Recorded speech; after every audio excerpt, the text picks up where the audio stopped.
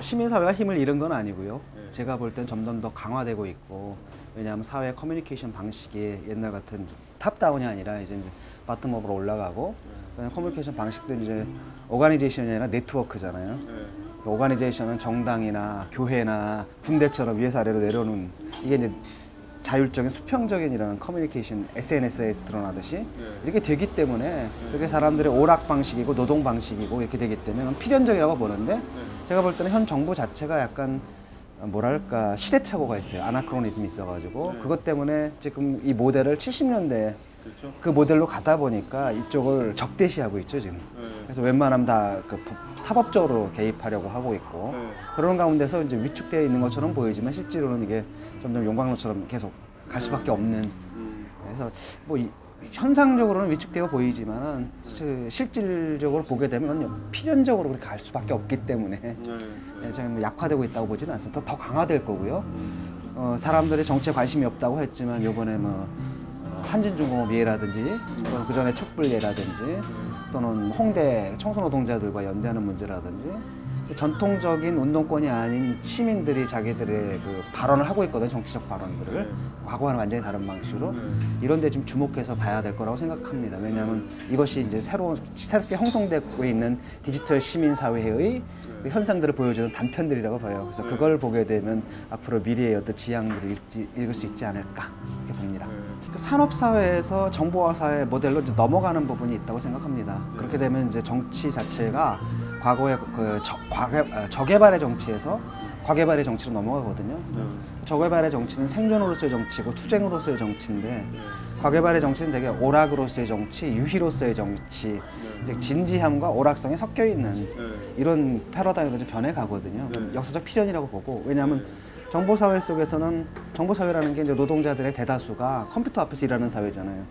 근데 컴퓨터라는 건 클릭 한 번으로 근로 모드에서 얼마든지 오락 모드로 넘어가는, 왔다 갔다 하는 거고, 그게 이제 노동과 유희가 겹치는 것에 아예 그 노동의 조건이나 아니면 그게 돼버린다는 거죠. 옛날에는 노동을 하고 그다음 오락은 노동이 끝난 다음에 했는데, 이제는 이게 시간적으로 중첩될 수밖에 없는 부분들이 있습니다. 그래서 지금 뭐 보시면 아시겠지만 뭐 에듀테인먼트, 뭐 폴리테인먼트, 또 인포테인먼트, 요즘 무슨 인텔리겐테이너인가 뭐 인텔리겐트한데 엔터테이너랑 섞여버린 이런 현상들도 이렇게 나타나는 것들이 이제 그 좀 전에 제가 말씀드린 그런 경향을 보여준다고 봅니다. 효과가 있죠. 사실은 저는 사실은 뭐 SNS만으로는 큰 의미가 없다고 보거든요.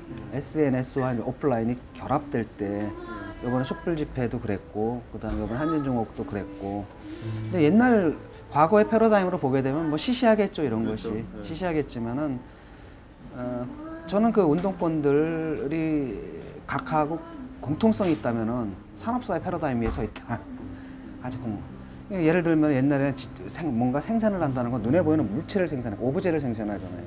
근데 지금 정보화사회에서는 우리 생산하는 단위가 지식과 정보거든요. 비가시적인 거라는 거죠. 물질성이 없는 것이고. 그러니까 시위 문화 자체도 옛날처럼 막 그냥 뭐 수액 파이프와 저쪽에서 막 그 뭐 곤봉과 이게 막 부딪히고 육체적으로 이렇게 한다기보다도 시민들은 왜 그렇게 해야 되는지 잘 몰라요. 예를 들어서 한진중공업에서도 넘어간다. 경찰차로 넘어가서 그 다음에 뭐 할 거냐라는 거에 대해서 그걸 왜 해야 되는지 잘 모르는 부분들이 있고, 하지만 전통적인 좌파들은 또 그걸 넘어가야 뭐 싸움을 한다는 느낌을 좀 받는 게 있고, 그래서 저는 그게 패러다임이 좀 혼재되어 있는 상태에서 벌어지는 현상이 아닌가 이렇게 봅니다. 민주화 세력에 대한 실망 이런 건 주로 지금 아마도 그 민주당에 대한 실망 이렇게 나타날 거예요. 아마 운동권 그 부분은 제가 볼 땐 그것과는 상관없이 그 패러다임이 변했는데 그거를 그 사람들이 못 받아들이는 부분이 있어요. 예를 들어도 아마 지금도 그럴 겁니다. 자기들은 열심히 데모하고 막 이래도 아무도 거들떠보지 않았는데 김효진 씨가 한마디 딱 하니까 이렇게 했을 때는 아니 난 정말 현장에서 열심히 일했는데 정말 어떻게 현장에서 일하지 않은 저런 애들이 와가지고 사건을 만들고 쟤들이 막 거기에 대한 뭐랄까 약간 상실감 같은 것도 분명히 있을 거라는 거죠. 근데 그런 것들 때문에 이제 벌어진 현상이 그게 아닌가. 그리고 뭐 젊은 세대들은 이제 그걸 알죠. 그런 것들 그 한계를 알고 제가 그 느낀 바에 따르면 촛불 집회 때도 늘 싸움이 있었어요. 하나는 저 넘가가자, 그 다음에 약간의 폭력을 더 가미해야 된다라고 믿는 사람들이 있었고, 어떤 사람들은 그게 무슨 의미가 있느냐, 우리가 명박산성 넘어서 뭘 할 건데, 그러니까 그냥 상징적으로 그 앞에서 구호 외치고 여기서 그냥 우리 즐겁게 놀자, 이런 사람들이 이렇게 나눠지더라고요. 그래서 이제 그건 뭐 어느 게 옳은지 잘 모르겠습니다, 저도 사실은. 그냥 왜냐하면 두 가지 문제가 항상 같이 있기 때문에. 그래서 저는 그냥 이 사람들은 저렇게 때려부시는 거 하고 이 사람들은 여기서 노는 거 하고 그냥 각자 자기 좋은 방식으로 시위하는 게 낫잖아요. 그래서 이제 가끔가다 시비 걸러 오는 사람들이 있어요. 이렇게 딱 와서 우리는 저기 싸우고 있는데 니들은 뭐 하고, 당신들은 여기서 뭐 하고 있는 거냐고. 뭐 저기서 사람들 싸우고 있는데, 그럼 제가 이제 막 말렸죠. 그래서 그 사람한테 딱 그러게 말이에요. 저기서 사람들 싸우고 있는데 당신 여기서 뭐 하고 있는 거냐고. 빨리 가라고, 싸우라고 말했다. 저 사람도 미안하지도 않냐고, 저 동지들한테. 그럼 쭉쭉하고 그냥 가버리는 거예요. 이렇게 쉽게 말하면 남한테 강요를 해서는 안 된다고 봐요. 그렇게. 맞아요. 그렇죠? 자기가 그렇게 했는데 오케이, 자기가 그렇게 생각하고 그 방식대로 가는 거지. 왜 우리가 한 코드에 모든 사람이 동의하지도 않는데 그 코드에 따라 행동해야 되느냐. 저는 원칙을 그렇게 세웠어요. 그래서 각자 좋은 방식대로, 각자 자기 행위에선 자기가 책임을 져라, 뭐 그런 거였죠. 제가 볼 때는 그것만 가지고는 안 돼, 스타만 가지고는 안 되고. 이번에도 두 여인이죠. 김효진 씨하고 김진숙 씨요. 누군가는 거기 올라가 있어야 돼요. 그러니까 이게 서로 화학적인 결합이 일어나야 돼요. 그렇죠. 거기서 그분이 있었기 때문에 김효진 씨가 얘기를 할 수가 있었고, 근데 김효진 씨가 얘기를 한다 하더라도 여기서 상징적으로 누가 버텨주지 않으면 이게 힘이 있겠어요. 근데 거기인데 이거 RT를 받고 이렇게 봤는데 저기 누가 하나 올라가 있는데, 그래서 그게 이제 동영상 돌고 그 사람 거기 올라간 분이 또 쏘는 SNS 멘션들을 직접 받아보고 이런 가운데 되게 상승작용을 일으키는 거지. 그래서 저는 항상 파타피지컬한 거라 그러죠. 쉽게 말하면은 가상의 층위하고 현실의 층위가 중첩돼 있는. 맞아요. 어떻게 보면 SNS 가상이잖아요. 그리고 또 가상은 그렇기 때문에 현실과 연계되지 않으면 정말 허망합니다. 그거 그냥 막 오늘은 막 그냥 인터넷 포털에 다 떴다가 막 기사들이 막 온갖 신문이 다 보도했다가 다음날 딱 되면 그냥 다른 기사들이 있거든요. 딱 하루짜리거든요. 그러니까 그게 오프라인과 이렇게 연결이 돼야지 이게 지속성을 갖는다는 거죠. 그래서 두 개가 다 중요하지 어느 하나만 갖고 될 수는 없다고 생각을 합니다. 일단 뭐 민주화라는 가치가 일단 10년 집권을 통해 가지고 상쇄가 된 부분이 있어요.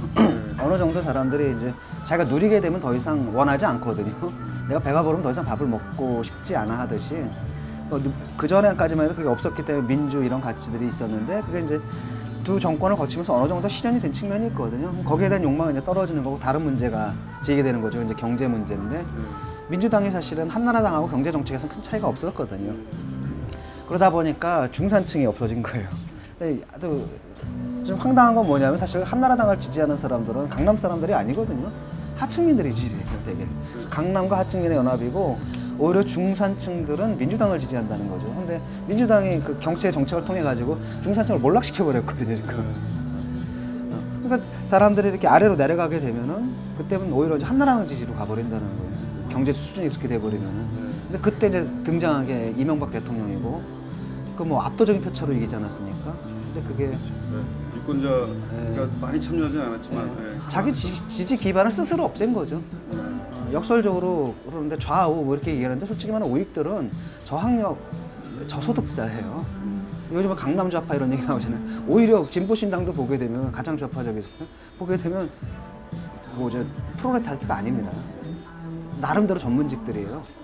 그렇죠. 중산층이고 고학력자들이라고요. 맞아요. 그렇게 돼 있단 말이죠. 그래서 이 중산층들을 오히려 이렇게 튼튼하게 세워야 되는데, 아시다시피 지난 10년간 뭐 신자유주의 뭐니 해가지고 정말 중산층이 없어졌거든요. 다 이렇게 하층으로 전락을 해버렸단 말이죠. 그러다 보니까 민주당 지지 기반이 없어진 거죠.